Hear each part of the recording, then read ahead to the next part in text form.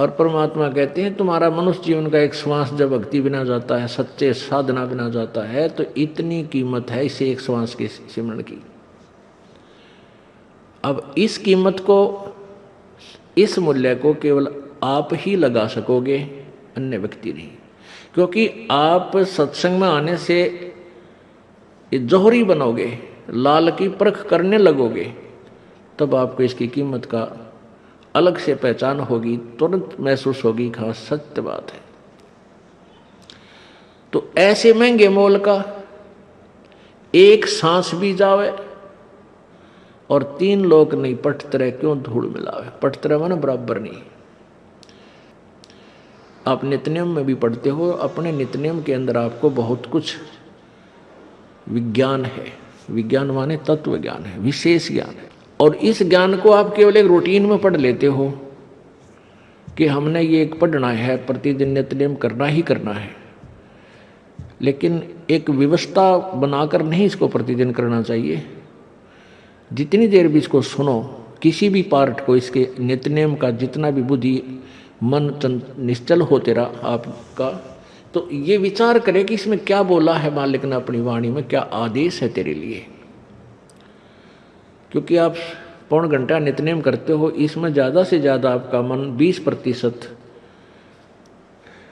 इस नित्यनेम के अंदर आप 20% ही सुन पाते हो। उस 20% को भी यदि आप विचार करो डेली कि इसमें क्या आदेश है मालिक का, और फिर अपने जीवन को सारा दिन, उस दिन को ऐसे ही सुचारू रखो। क्योंकि आपको घर से निकलने से पहले ये पढ़ा इसलिए जाता है कि आपके साथ रास्ते में कोई निकम्मा भी टकराओगा, कोई गाली देने वाला भी मिलेगा, कोई बुंडा भी बोलेगा, कितने कोई आंट भी लावेगा। तो उनके साथ आपने कैसे व्यवहार करना है। आवत गाड़ी एक है, उल्टा हो अनेक, और कह कबीर ना उलटी हुआ रहे एक की एक। इसको पढ़ना नहीं है। मान ले कोई बुंडा बोला है, गलत बोलता है, गाली देता है, तो उसने तो कर दिया यूँ काम, और आप भी उल्टा दोगे तो फिर 4 और देगा, क्यों तो पूरे मूड में है, वो तो फुल मूड में है लड़ाई के में, और आप भी आगे से उल्टी बोल पड़ोगे तो वो तो 4 बैठा है। जब बसात क्या उनका मुकदमा रोज कर लेते जन्म में। तो कहते परमात्मा आवत गाड़ी एक है, उल्टा हो अनेक, और कहे कबीर ना उलटियो रहे एक का एक। और देख आगे कितनी प्यारी बात कही है। गाली ही से उपजे कलह, कष्ट और मौत, मृत्यु तक तो पहुंच जाती है एक छोटी सी गाली। गाली ही से उपजे कलह, कष्ट और मीच, हार चले सो संत है, लाग मरे सो नीच। हम भगत भी हैं और दूसरा में बुंडा अच्छा बोल रहा है, और उसने मान लिया कुछ किस कह दिया, हमने उसका 2 दड़ाक धर दिए, उल्टे भी बोल दिए, फिर वो मारण पर उतारू हो गए, फिर हमने उठोक दिया। हो सकता है आप उसे तगड़े भी हो और अच्छा भी संवार दो, फिर आप में और उसमें कसर के रहेगी। आप तगड़े भी हो और आपसे हल्का आदमी भी आपने बूढ़ा अच्छा बोला है, उसने बालक समझ के अनजान है, उससे बचो। तो इन नित्य नियम करने का डेली हमें जो पाठ करते हैं, इससे ज्ञान यज्ञ तो होता ही है। ज्ञान यज्ञ के साथ हमने समाधान भी इसका साथ पैरेलल करना पड़ेगा, तभी इसके पढ़ने का लाभ है। एक लाभ तो हो गया ज्ञान यज्ञ का, और उसके ऊपर अमल हमने किया नहीं, उसका काम फिर सारा बिगड़ गया। तो कहते हैं ये बातें कहन सुन के नहीं भाई, ये कर पाड़न की है। पुण्यात्मा प्रसंग चल रहा है कि मन तू भाई सर्व सोने की लंका होती, रावण से रणधीरम, एक पलक में राज बिराजी अजम के पड़े जंजीरम। अब जैसे सर्व सोने की, यानी रावण के पास सारी सोने की लंका थी पूरी,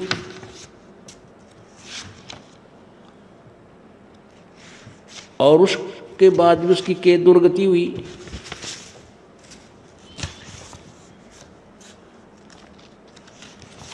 इसलिए ये जो संसारिक सुख आप प्राप्त कर रहे हो, इस संसारिक सुख की ही आशा में आप जी रहे हो,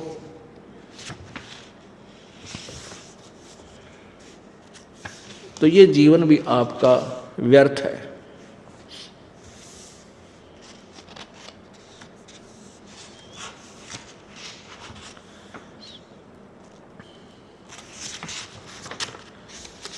ये जीवन भी आपका व्यर्थ है। तो क्या बताना चाहते हैं? मन तू सुख के सागर बसरे, भाई और न ऐसा दसरे।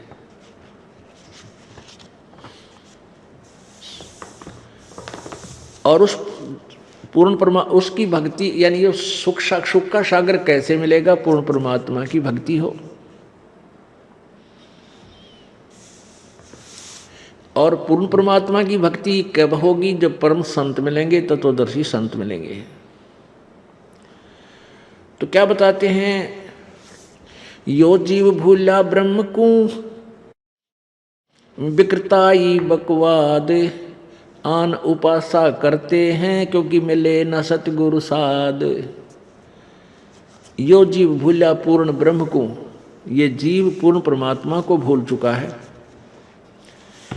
और विकृताई बकवाद, यानी जो भी ये कर रहा है ये सारी यूजलेस हैं। बकवाद माने व्यर्थ, व्यर्थ की क्रियाएं, व्यर्थ की कहानियां।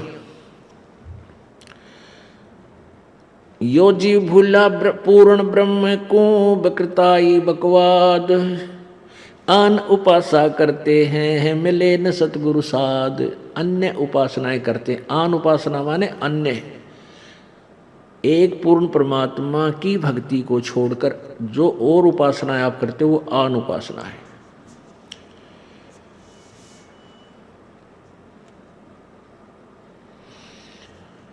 हुज्जत हरस हराम गति विकृताई ये जाने, लाया ता लागे नहीं समझे नहीं हैवान।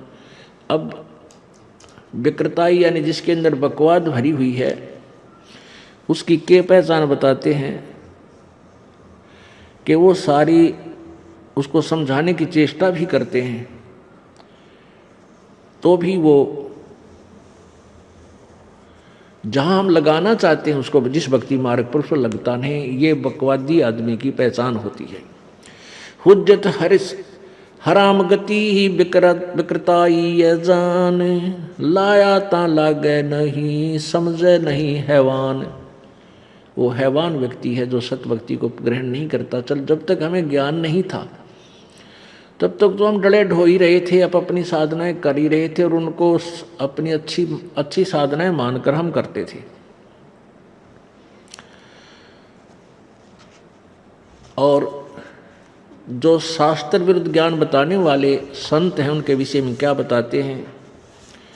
जो आरे की गाय है बिन छेड़े अरडाए, विकृताई नरमानवी बिन ही ज्ञान डडाए।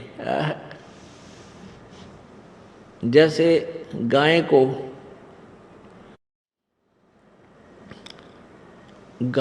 बांध देते हैं कसाई लोग, और उसको पता लग जाता है कि तेरे को काटेंगे, मारेंगे ये, तो बेचारी निकट आते ही डड्डान लग जाएगी बुरी तरह, अपने आप बिना छेड़े ही वो रांभने लग जाती है, रोती है, डड्डाती है बुरी तरह। तो ऐसे ही कहते हैं ये व्यक्ति जो ज्ञानहीन संत हैं, इतने लंबे लंबे प्रवचन करेंगे, डांटे नहीं डटे, पुरानी के की अड़गम सड़गम कितनी कथाएं सुना डालेंगे। क्या बताते हैं? जो आरे की गाय है बिन छेड़े अरडाए, विकृताई नरमानवी बिन ही ज्ञान डडावे। डडाना माने ठड ठड बोलना, अबे मतलब बढ़ने जा।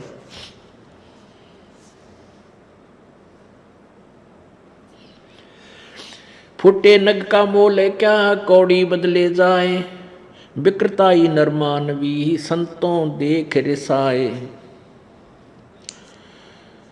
अब जो निकम्मी आत्मा उनकी पहचान बताते हैं कि संत वही होगा जो सच्ची कहेगा, और ये नहीं देखता कि ये आदमी नाराज ना हो जाए, कहीं ये कह दूं तेरी साधना गलत है बेटा भाई बच्चा, तो संत सच्ची कहा करे, नहीं तो बोल रहे नहीं, उसको आवश्यकता ही नहीं फिर प्रचार करने की या कोई ज्ञान बताने की।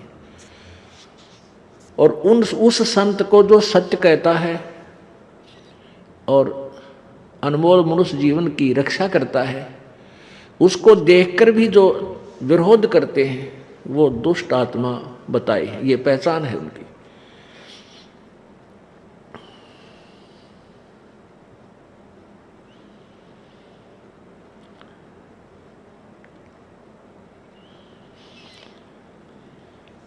मोतियन माला लीजिए बंचर के गल घाल, तोड़े तागा जान कर विकृताई की चाल। कहते हैं जैसे बंदर के गल में मोती की माला गाल दे, मोतियों की कीमती, वो पकड़ कर तोड़ कर फेंक देगा। ऐसे ही जो निकम्मी टाइप की आत्माएं हैं, उनको यदि आप बोलो चलो के ले भी आते हो यहाँ और उपदेश दिला देते हो, वो रखेंगे नहीं, ऐसे तोड़ कर फेंक देंगे, वो पाप आत्मा है।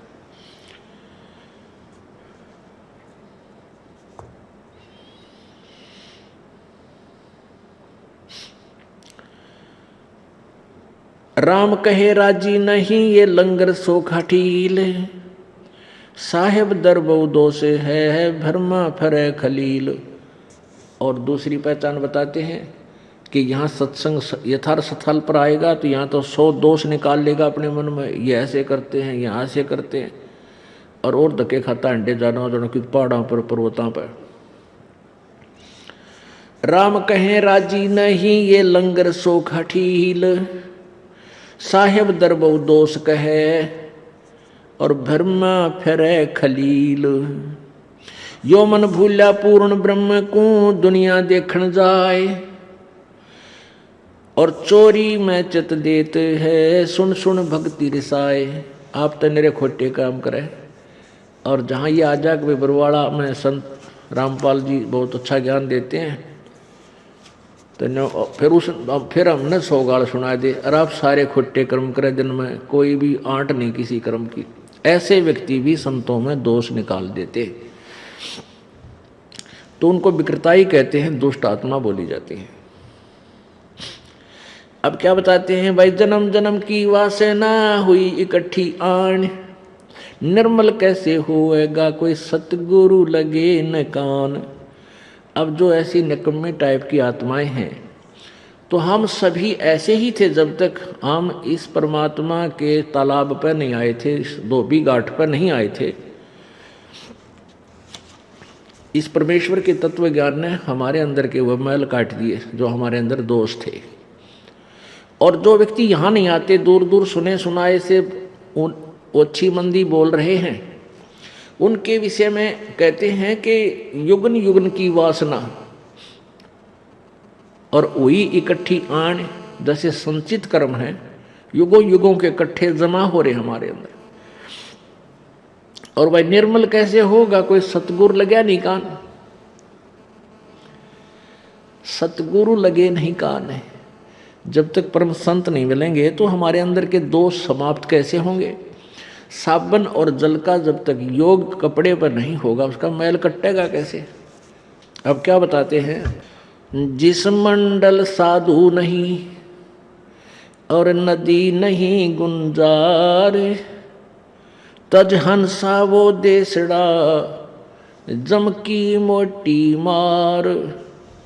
जिस मंडल, जिस क्षेत्र में संत नहीं है, वो ऐसा देश है जैसे जिस मंडल में ऐसा इलाका है जहां पर नहर ना हो, दरिया ना हो।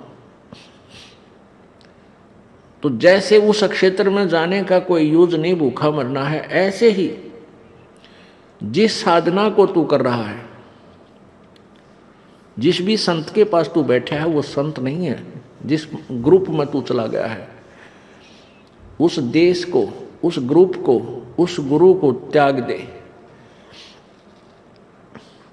जिस मंडल साधु नहीं, जैसे नदी नहीं गुंजारे, तद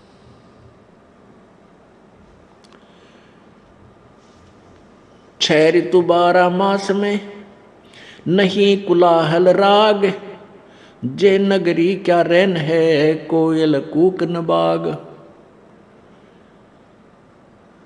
6 ऋतु 12 मास में और नहीं कुलाहल राग। अब जैसे अच्छा अक्षेत्र है, खूब उसमें सिंचाई होती है, अच्छे धन हो जाता है, तो वहाँ पर फिर खुशी के राग गाए जाते हैं। ब्याह शादियाँ होती हैं तो वो मंगल गाते हैं, यानी वो खुशहाली में अपना उस खुशी मनाते हैं। 6 ऋतु 12 मास में, जहाँ नहीं कुलाहल राग, जे नगरी क्या रहन है, जहाँ कोयल कूक न बाग। तो परमात्मा पूर्ण ब्रह्म की वाणी जो है हमें सत्य भक्ति मार्ग से ही तोलती है। उदाहरण के अर्थ हम अन्य प्रमाण लेते हैं कि जैसे जिस क्षेत्र में कहीं साल 6 महीने में भी कोई सत्संग ढंग का ना होता तो वो जीव सुखी कैसे होंगे? उनकी आपत्तियां टलेंगी नहीं, टलेंगी नहीं। तो रोज किसी के कुछ हो रहा है, किसी के भाई मर गया, किसी की माँ मर गई, किसी का बालक बीमार है, तो वो खुशी मना ही नहीं सकते। जैसे जहाँ जिस क्षेत्र में दरिया नहीं है, यानी पानी का साधन नहीं है, तो सुखी हो ही नहीं सकते। उनको तो रोटी है कि सांसा पड़ी रहेगी सारा दिन, खुशी की तो बात बहुत दूर है। ऐसे ही जहाँ संत नहीं जाते वो अक्षेत्र ऐसा जानो जैसा नदी रहित अक्षेत्र है।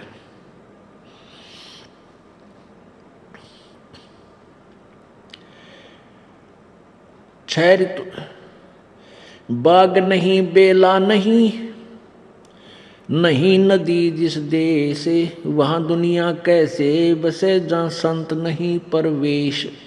अब यहां बता दिया उस किस उद्देश्य से बोल रहे हैं ये वाणी, कि जहां पर बाग नहीं और बेला यानी बेल नहीं चढ़ रही, यानी जैसे अंगूर की बेल, फल फूलों की बेल और भी इस तरह की खुशी वहीं होगी जहाँ पर पर्याप्त जल होगा।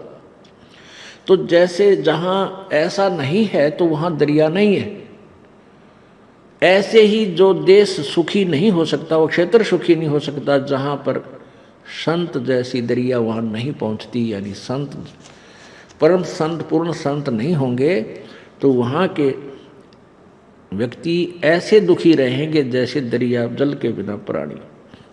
यज्ञ नहीं जो नार नहीं, सदा व्रत नहीं सीले, जा मंडल क्या रैन है, वो बसे पर्वती भील। जिस क्षेत्र में ऐसे यज्ञ नहीं होते तो वहाँ के लोग मानव नहीं होते। उनको तो ऐसे समझो जैसे पर्वती भील, वो कि कोई आगा पीछा नहीं देखे, लूट लें, खसोट लें, मौका लग दे, पाप कर्म कर दे। तो जहाँ तत्व ज्ञान रूपी वर्षा नहीं होती, संत रूपी दरिया जहाँ नहीं बहते, तो वो व्यक्ति कोई भी आगा पीछा नहीं देखेंगे पाप करण में। मौका लग दे तो कितने अच्छे नजर आते हैं और समय लगने पर कोई पाछा नहीं रहेगा। तो पीछे वही रहेगा, हाथ उसी का उल्टा हटेगा। पाप तो जिसको ज्ञान हो जाएगा, जो संत की शरण में रहेगा, वो पाप नहीं कर सकता, चाहे भूखा मरो।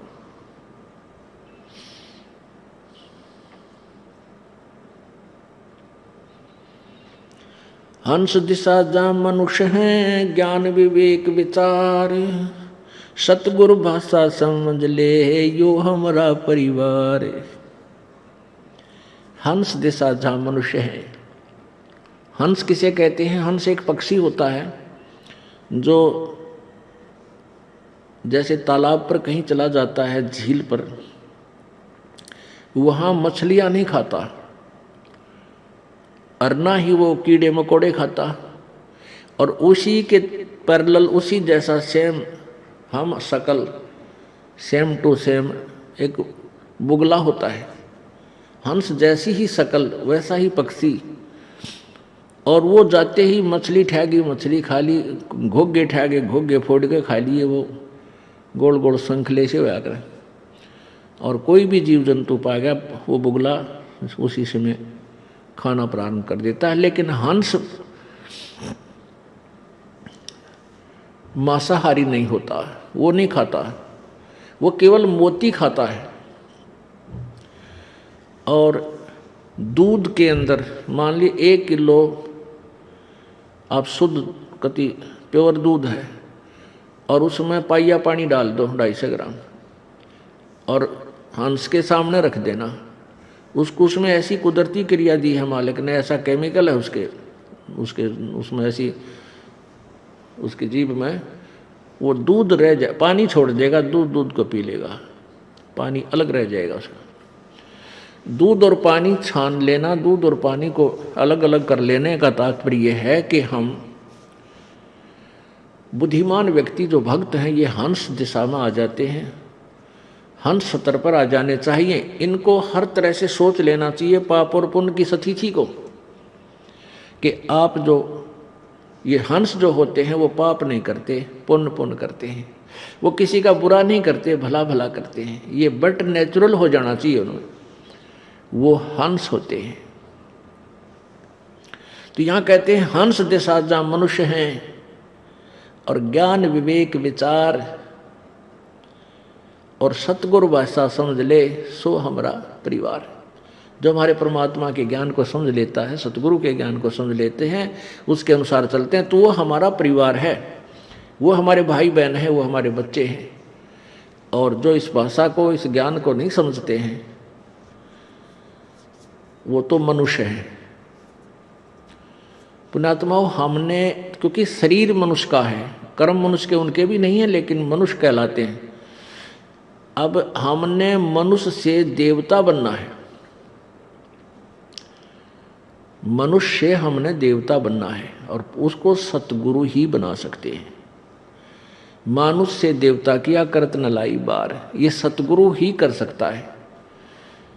अब मानव तो वो भी हैं जो सारा दिन पाप करें, खोटे खोदें, आप जैसे नजर आएंगे। और एक आप हैं, आप पाप नहीं कर सकते, 100 बार सोचते हो किसी का बुरा करते समय, तो आप भी मनुष्य हैं और वो भी मनुष्य। तो हंस और बुगला एक कैसर, एक सरोवर पर हंस और बुगले दोनों हो, उनकी पहचान बताई जाती है कि बुगला तो जाते ही मछली का दुश्मन होगा और बुगला नहीं, और हंस नहीं होगा, खड़ा रहेगा, वो छुएगा नहीं उसको। ऐसे ही आप कहीं खड़े हो, भक्त हैं, और दूसरे भी व्यक्ति खड़े हैं, सामने शराब की दुकान दिखी, जब वह पहुँचेगा गो जमा हाथ दे के दिए एक पौआ, और भक्त उधर देखेंगे भी नहीं, तो ये समझ ले वो तो बुगला है, उसने तो मछली मार ली। और हंस उसकी तरफ नहीं देखेंगे। हुक्का पीवे, बीड़ी पीवे, ले भाई ला ले, तू भी पिला ले, तो भक्त नहीं छुएगा कि ना भाई बस मैं नहीं पीता हूँ। तो ये हंस और बुगले की पहचान हो जाएगी। जो इन बुराइयों को त्याग देंगे वो मनुष्य, फिर वो हंस हो जाएंगे। तो वो कैसे होंगे भाई? युगन युगन की वासना हुई इकट्ठी आने, निर्मल कैसे होगे सतगुरु लगे न कान। यानी सतगुरु के विचार तुम तक पहुँचे नहीं तो आपकी ये बुराई छूटेगी कैसे? आपकी ये अपराध कैसे छूटेंगे जब तक आप संत शरण में नहीं आओगे, आप सत्संग में नहीं आओगे।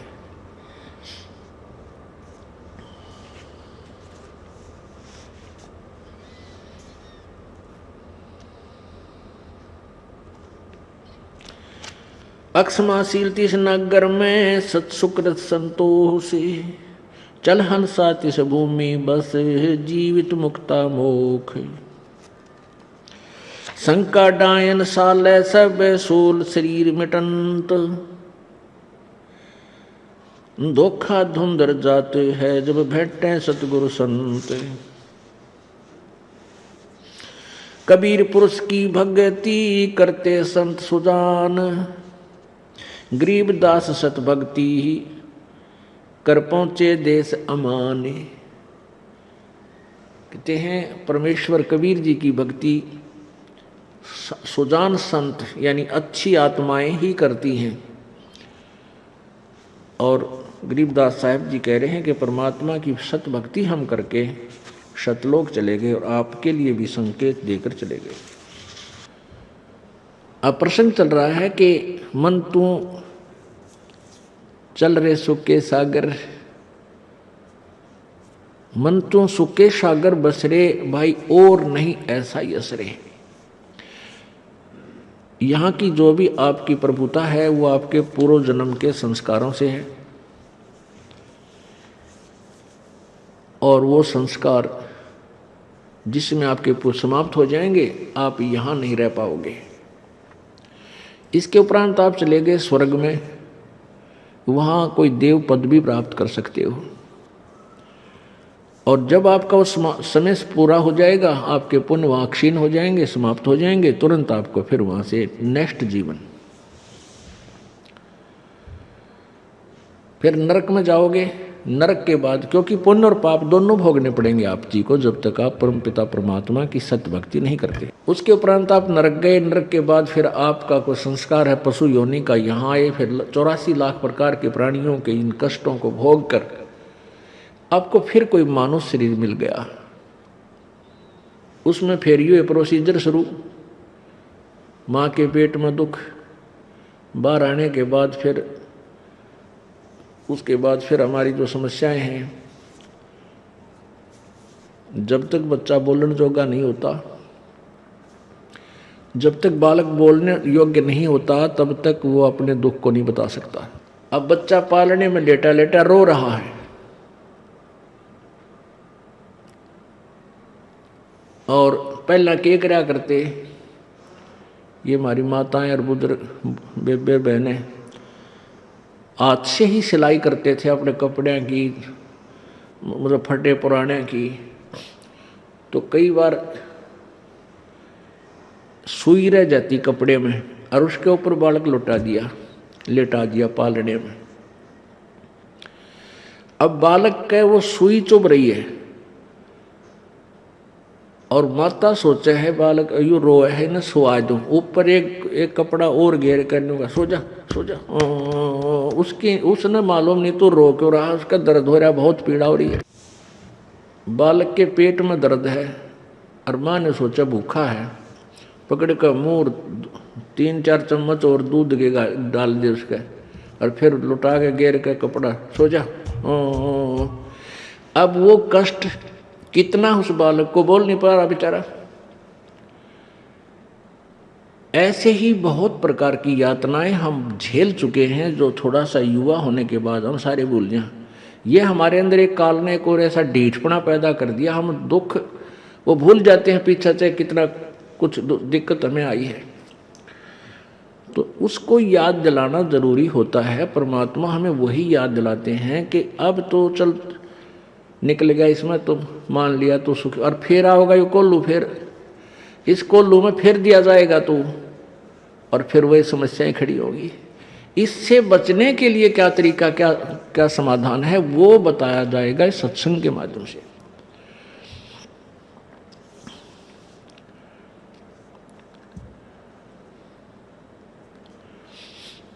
पहले गए ना बावड़े, रहते भी सब जाए, बिन साहिब की बंदगी कहीं ठोड़ ठिकाना ना। पहले चले गए वो तो गए, जैसे तरवर से पत्ता टूट जा भौर नहीं लागे डार। वो जो चले गए वो शरीर में, उसी शरीर में आपके परिवार में वो नहीं आ सकती। जैसे आपका पिता है, माता है, बहन है, अब अन्य शरीर धारण करके आगे कोई पशु बन के, कोई पक्षी बन के बैठी रहो, हमने उससे क्या लेना देना, क्यों हमने पता नहीं ये कौन है। तो इसलिए हम बताते हैं कि पीछे गए, पहले गए ना बावड़े, ताकि आगे बता जा तुम्हारे को कि वहां ऐसी समस्याएं है। और रहते भी सब जाही, बिन साहिब की बंदगी कहीं ठोर ठिकाना ना।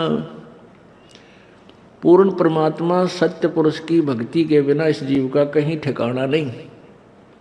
जैसे आप जी समझ रहे हो कि मैं ये मौज माच रही है, क्यों जिनके पुण्य अधिक है वो अच्छी पोस्ट प्राप्त है,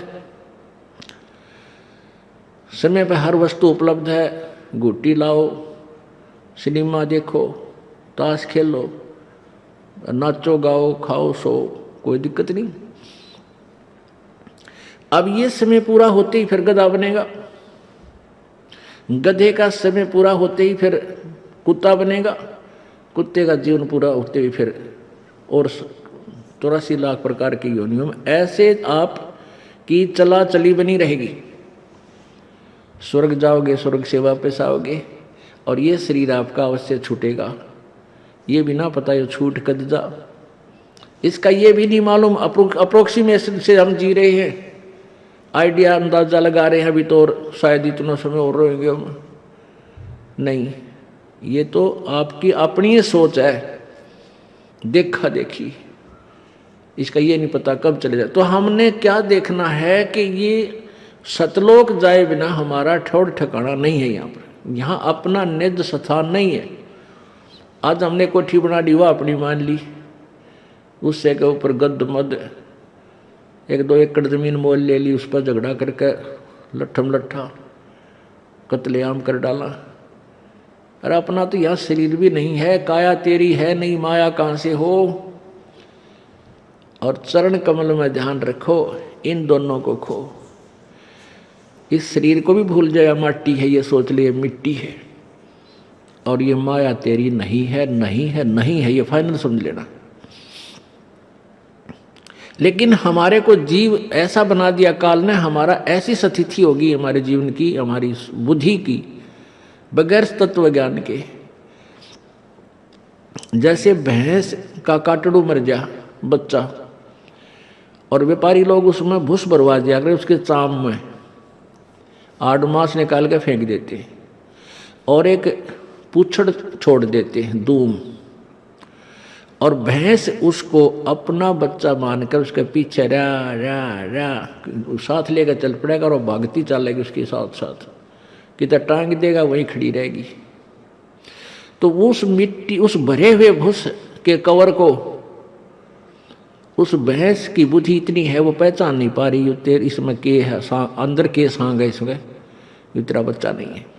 तो आज हम इस काल भगवान ने ऐसे बुद्धिहीन बना दिए, हमने ये माटी के खिलौने, मिट्टी के सारा साजबाज, जैसे मकान है, कार है, कोठी है, बेटा और बेटी है, इसमें काल ने ऊपर चाम ला के अंदर हाड मास और ये गंध भर के हमें दे दिया, ये मेरा है, हाय मेरा है, हाय मेरा है, हाय मेरा। और कल उन तो पहले आपकी मृत्यु हो जाए, आपके सामने वो खिलौने ही टूट जाते हैं, फिर कौन समझ में आती। क्यों आवे? क्योंकि हमारी बुद्धि इतनी है कि जैसे उस भैंस के आवे तुम्हारा आवे, क्योंकि हमें वो ज्ञान ही नहीं, हम इससे आगे सोच ही नहीं सकते। ये अखिया बनेगी, ये मोतिया बिंद हटेगा, परमेश्वर कबीर जी के तत्व ज्ञान थे। और इस ज्ञान के बाद फिर ज्ञान भी हो जाएगा, और भक्ति आपके अंदर प्रवेश नहीं हुई तो भी ज्ञान डटेगा नहीं। पुण्यात्माओं, ज्ञान तो सभी बताया करते, फिर ये इतना समाज क्यों बिगड़ गया? क्योंकि उनके द्वारा बताएगी भक्ति में शक्ति नहीं थी, और साथ में भक्ति की शक्ति होगी। उस शक्ति से क्या होगा कि आपकी आत्मा में ताकत आवेगी, इस मन को धिक्कारन की हिम्मत रखेगी। नहीं तो इसे बड़े बड़े ऋषियों के साथ ने जुल्म करवा दिए। पाराशर ऋषि वेद व्यास का पिता, जिस व्यास जी ने 18 पुराण, 11 ये श्रीमद् भगवत गीता और पवित्र 4 वेदों को लिखा, और उसका पिता पाराशर जंगल में साधना करने के लिए गया। 12-15 वर्ष 16 वर्ष तक खूब डट कर भक्ति करी, साधना की, और ये सोच कर आ गया मैं ऋषि बन गया, मैंने विकारों पर विजय पा ली। रास्ते में एक लड़की, एक नाविक की लड़की, जो उसी की बेटी थी, अन्य कारणों से, जैसे उस कारण था उनका जो शुक्र था वो मछली ने खा लिया था पाराशर जी का, और उस मछली के अंदर वो लड़की उत्पन्न हुई थी, वो मछोदरी कहलाती थी। वह 15-16 साल की लड़की, अब वो उस मछली को एक मछियारे ने निकाल लिया था, उसको उसने काटा तो उसमें से वह लड़की निकली, अपनी बेटी रूप में उसको पाला पोसा था। तो कहते हैं वो लड़की फिर पिता की रोटी लेकर आई हुई थी, उसका पिता जो मुंह बोला पिता जो नाविक था, वो नौका चलाता था। नौका चलाते थे किराए पे, दरिया से इधर वालों को उधर कर देते, उधर वालों को इधर कर लेते, कुछ उसके पैसे लेते थे। पिताजी खाना खा रहा था, उधर से वो पारा सर जी अपना पूरी साधना करके वापस आ गई थी। और उस नाविक से कहा कि मुझे जल्दी छोड़ के आओ परले पार। नाविक ने कहा महात्मा जी मैं अभी आहार कर लेता हूँ और आहार करके फिर छोड़ाऊंगा। अब भोजन से उठना भी पाप होता है। तो ऋषि कहने लगा तेरी लड़की छोड़ आएगी मुझे। वो लड़की, अब उनको पता होता था मछुआरों को, वहाँ के जो नाविकों को, कि ये ऋषि लोग इधर से आते हैं, ये एटम बम होते हैं, ये श्राप दे देंगे तो नाश कर देंगे। उसने अपनी बेटी से कहा बेटी छोड़ा। कहने का भाव ये है कि उस 12, 13, 14 साल वहाँ साधना करके आया। वह नकली साधनाओं से भी ये मन पापी को रोक नहीं सकते। तो वहाँ परमात्मा कहते हैं वाहु के बिंद से वेद व्यास और वाहु के बिंद से मछोदरी, हरे हाँ महबूब कहता दास गरीब रही का सोदरी। तो उस ऋषि ने उस लड़की के साथ कुकर्म किया, उससे फिर व्यास जी का जन्म हुआ कुंवारी का। वह उसको कहीं छोड़ आई लोक लाज के डर से। तो कहने का भाव ये है कि इन ज्ञान बात बात तत् कामना चल है, अरे नकली साधनाओं से ये मन पापी रोक नहीं पाओगे। कहने का भाव ये है कि जब तक हम परम पिता परमात्मा सत कबीर की भक्ति परम संत से लेकर नहीं करेंगे तो ज्ञान से भी बात नहीं बनेगी। क्या उस ऋषि को ज्ञान नहीं था? बिल्कुल था, लेकिन वो सत्य भक्ति न्यारी होती है। कांपन लाग जाए शरीर सारा नुखड़ा होकर के, ऐसे पाप की तरफ जब भी मन चाहेगा तो भी नहीं ये कुकर्म कर पाएगा। इस तरह की जो परिवर्तन है वो सत्य भक्ति सत्य मंत्र से आएगा। चोरी करने की चेष्टा या घेरा फेरी करने की चेष्टा कभी करेगा ये मन, कांप जाएगी आत्मा, कति हाथ हिल जाएंगे आपके, वो समय आएगा। लेकिन जब तक ऐसा नहीं होता तो आपकी भक्ति कमजोर है। ज्ञान के साथ साथ समाधान भक्ति अवश्य होनी चाहिए। तो कहने का भाव यही है कि परमात्मा की भक्ति, उस पूर्ण परमात्मा की भक्ति हम करेंगे और परम संत से लेकर करेंगे, तभी हम मोक्ष प्राप्त होंगे, पूर्ण मोक्ष को प्राप्त करेंगे। अब जैसे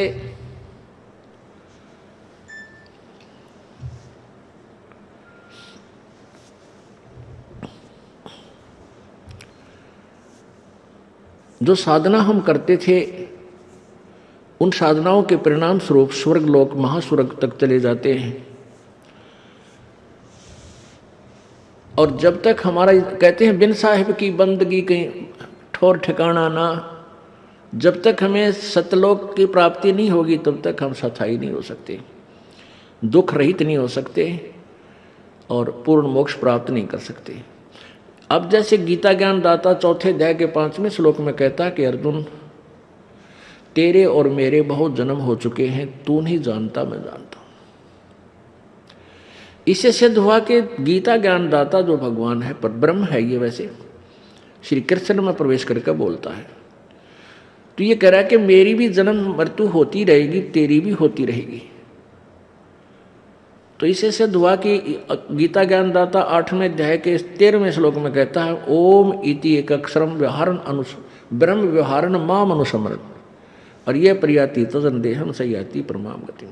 मेरा एक ओम मंत्र है, मुझ ब्रह्म का एक ओम मंत्र है, एक अक्षर बस, नथिंग एल्स, और नहीं।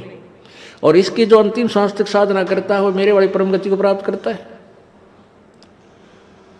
ओम नाम के जाप करने वाला भी सथाई नहीं, क्योंकि ब्रह्म लोक जाता है। और गीता जी अध्याय नंबर 8 के श्लोक नंबर 16 में कहा कि ब्रह्म लोक पर्यंत, ये सभी पुनर्वर्ती में है, जो ब्रह्म लोक में चले गए उनकी भी जन्म मृत्यु होती है। गीता जी अध्याय नंबर 15 के श्लोक 16 और 17 में 3 भगवानों का विवरण है। क्षर ब्रह्म तो ये ब्रह्म है, क्षर पुरुष तो ये ब्रह्म है जिसकी अभी आपको स्थिति बताई, और अक्षर पुरुष है ये परब्रह्म है ये भी नाशवान है, क्योंकि गीता जी अध्याय नंबर 15 के ही श्लोक 17 में कहा है कि उत्तम पुरुषत्व अन्य परमात्मा इति उदारते। वो वास्तव में श्रेष्ठ भगवान तो कोई और है, यानी वास्तव में वही भगवान कहलाता है, और वही तीनों लोकों में ये लोक तरम आविश्य विवर्ती अवैश्वर है, जो तीनों लोकों में प्रवेश करके सबका धारण पोषण करता है, यानी सबके संस्कार भी वही देता है, और वो वास्तव में अविनाशी है। तो हम किस मालिक की भक्ति करें, किस प्रभु की साधना करें जिससे हमारा जन्म और मृत्यु का रोग कटे? उस वो पूर्ण परमात्मा है, परम अक्षर ब्रह्म है, जिसके विषय में गीता जी अध्याय नंबर 8 के श्लोक नंबर 3 में गीता ज्ञानदाता कहता है कि जिसके विषय में अर्जुन मैंने 7वें अध्याय के 29वें श्लोक में बताया है कि इस तत्वब्रह्म को जानकर अखिल सारे ब्रह्मांडों को, सारे अखिल यानी सारे ज्ञान को, तत्व ज्ञान को, अध्यात्म ज्ञान को समझने के उपरांत केवल साधक जन्म मृत्यु से छूटने का ही, जरा मरण से छूटने का प्रयत्न करता है और कुछ वस्तु नहीं मांगता, तो वो परम अक्षर ब्रह्म है, वो तत्व ब्रह्म। उसकी जानकारी होने पर और पूरा आध्यात्मिक ज्ञान समझ में आने के बाद फिर यहाँ के खिलौनों से नहीं खेलता।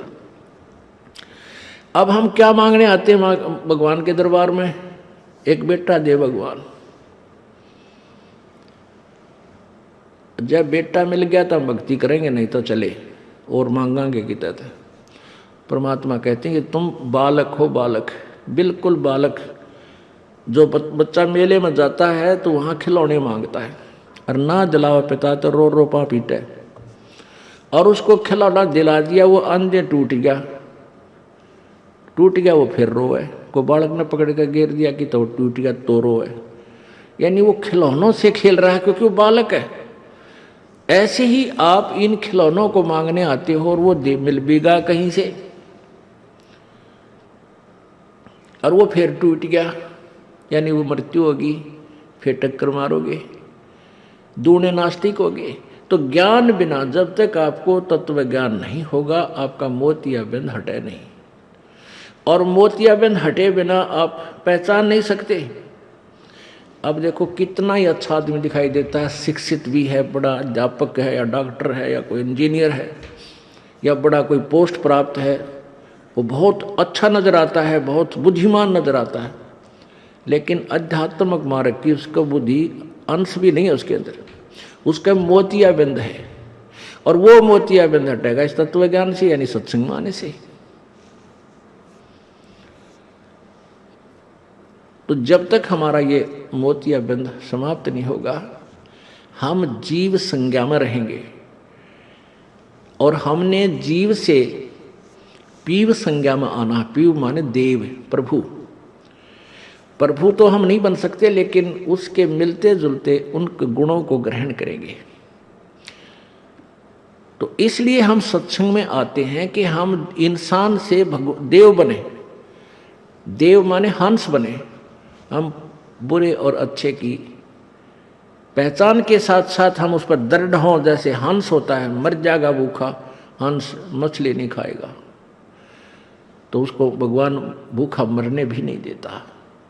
ऐसे ही आप दृढ़ विश्वास करके डटोगे, दृढ़ होगे, अपने मन पापी न रोकोगे कि बुराई करने का समय आता है, वहाँ रोक कर उसने फिर देखो आपको फिर वस्तु वो मिलेगी कि नहीं, और एक नंबर से मिलेगा मालिक ना जाने से ये पल में किरा के कर दे वो दाता।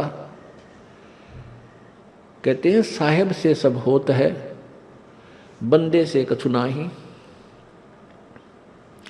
राई से वो पर्वत करे और पर्वत से फिर राई।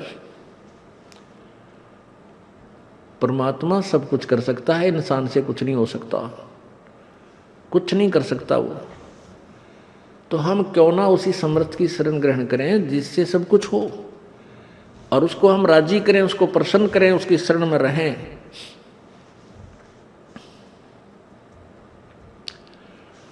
तब हमारे ऊपर आने वाली आपदाएं भी टलें, हमारे दुख भी दूर हों और पूर्ण मोक्ष भी हमें प्राप्त हो। तो क्या मांगने आते हैं हम? परमात्मा कहते हैं क्या मांगूं?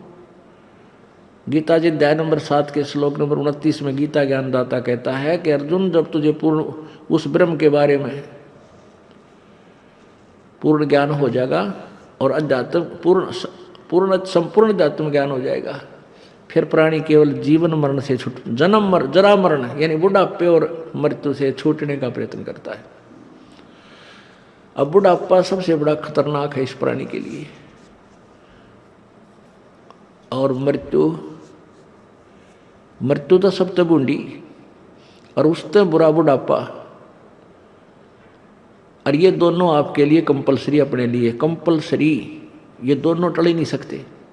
तो यहाँ सुख क्या का मान रहे हो? मान लिया आपने 50-60 साल 70 साल की तरह डले डोलिए घुटी छुटी लाई मौज बीमारी, आया बुढ़ापा बैरी, उठा जा ना बैठा जा, अधरंग मार गया था वो और बुरा हाल है। कितना गोड्डे दुखे, कितना कड़े कमर में दर्द, कहीं जाड़ पड़वानी, कितना आँख बनवानी, 24 घंटे भड़क बनी रहे, कोई करके ठीक बोला नहीं तो दुख बैठ कर रोना पड़े। इतना कैर टूटेगा तेरे पे, और यू आए बार टूटेगा। फिर इस सांग में जुड़ क्यों रहा है? तो यू क्या क्या ढमढमा हुआ भाई? जन तो आज मान ले जन्म मनुष्य का हो गया, तो इसके अंदर जीवन, पहले तो मनुष्य पूरा ब्रह्मांड में कोई सुखी नहीं, और हम मनुष्य को इसलिए सुखी मानते हैं दूसरे प्राणियों की तुलना में, लेकिन मनुष्य जीवन में जब कोई सुखी पा जा मेरे पास ले आना। जिस पृथ्वी पर अब 21 ब्रह्मांडों में भी कोई सुखी हो, ब्रह्मा विष्णु महेश भी सुखी नहीं है, आप तो सुखी कहाँ? तो हम यहाँ के मांगना में, हाँ इतना सुख जरूर मिलेगा आपको, जैसे आपके प्रारब्ध में कोई दुख भयंकर आ गया है उसको टाल देगा दाता। वो वैसे तो दुख था ही, लेकिन वो भारा दुख और था, उनको टालेगा इसलिए कि आप पर विश्वास हो कि भगवान है पृथ्वी पर, परमात्मा के गुण सुनते थे, उससे वो बेनिफिट मिलते हैं, और फिर वो मिलते हैं तो फिर ये भी विश्वास होगा मोक्ष भी देगा वो। अब यहाँ कोई राहत आपको मिल नहीं रही, वो बात बनाओ सतलोक जान की, कद्दे भी समझ बनाओ जब बुद्धिमान होता है, क्यों बंडावा है बे मतलब, क्योंकि उनके पास समाधान नहीं है। तो क्या बताते हैं कि या मान लिया आपने बालक मांगा, लड़का मांग लिया, चलो दे दिया, परमात्मा ने दया भी कर दिया पे, बेटा या बेटी संतान, क्योंकि नहीं संतान तन्यू कहे भगवान मेरा छोरा हो चाहे छोरी एक हो जाओ, जो 10-15 साल की तक घूम लिया, मान लिया परमात्मा ने वह सुन भी ली तेरी, हो गया। जब तक आप इस स्थिति पर नहीं आओगे कि क्या मांगो कुछ थिर ना रहाई, और देखत नैन चला जग जाई, 1 लाख पूत 1.25 लाख नाती, 1 लाख बेटे थे रावण के, और 1.25 लाख रिश्तेदार एक से एक पहुंचा हुआ धनी, और उस रावण के आज दीवान बाती, उसका नाम और निशान नहीं रहा। 1 लाख का पिता गया जगत में ऊत माने जिसका आगे पाछे कुछ ना बच्चा है, 1 लाख बेटे होकर भी ऊत न पूत कहा करे ना, वो बगैर बेटे वाला होकर मरिया, उससे पहले सारे बच्चे मारे गए उसके। तो परमात्मा कहते हैं क्या मांगू कुछ थिर ना रहाई, और देखत नैन चला जग जाई, 1 लाख पूत 1.25 लाख नाती, उस रावण का दीवान बाती। परमात्मा कहते हैं सत्य नाम गहो निज मत यही। मेरा तो आपको यही एक विचार सलाह है कि भाई सत्य नाम निज नाम की भक्ति करो। तो पुण्यात्माओं, हमने इस सत्संग के विचारों से ये निष्कर्ष निकालना है। अब जैसे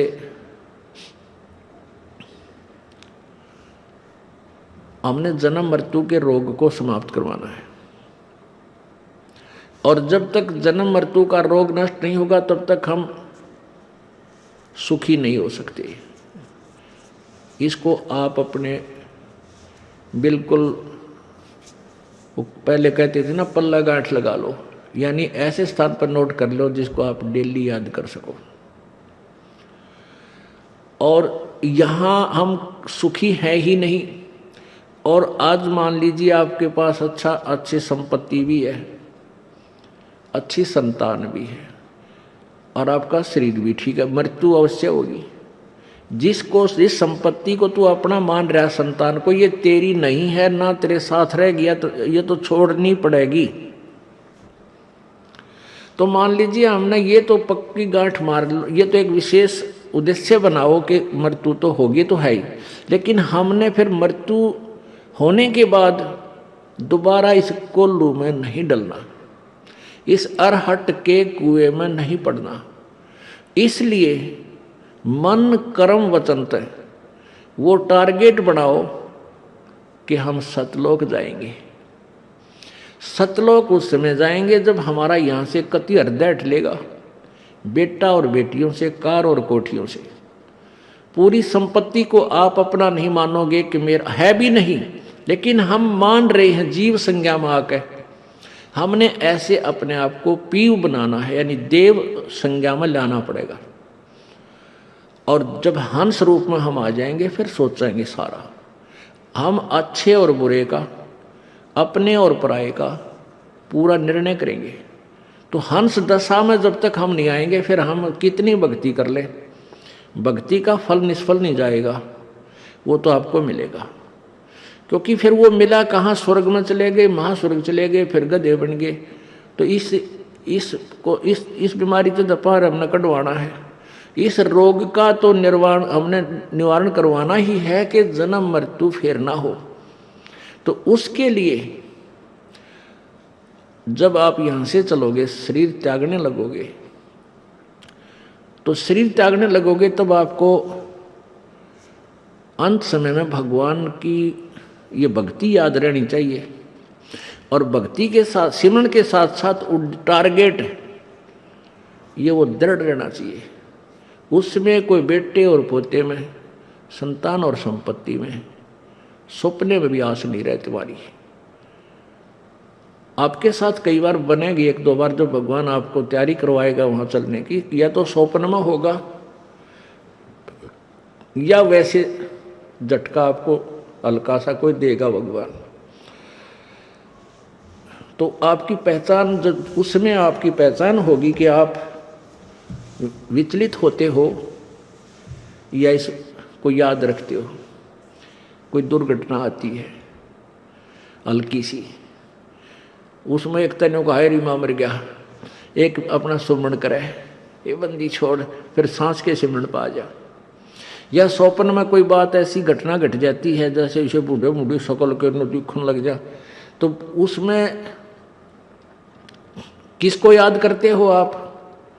ये रिहर्सल होगी आपकी जो है ना, परीक्षा होगी। पहले वागर दे कच्चे इम्तिहान, कच्चे एग्ज़ाम होते थे पहले 6 माही, फिर 9 महीने में, फिर लास्ट में होते थे पक्के।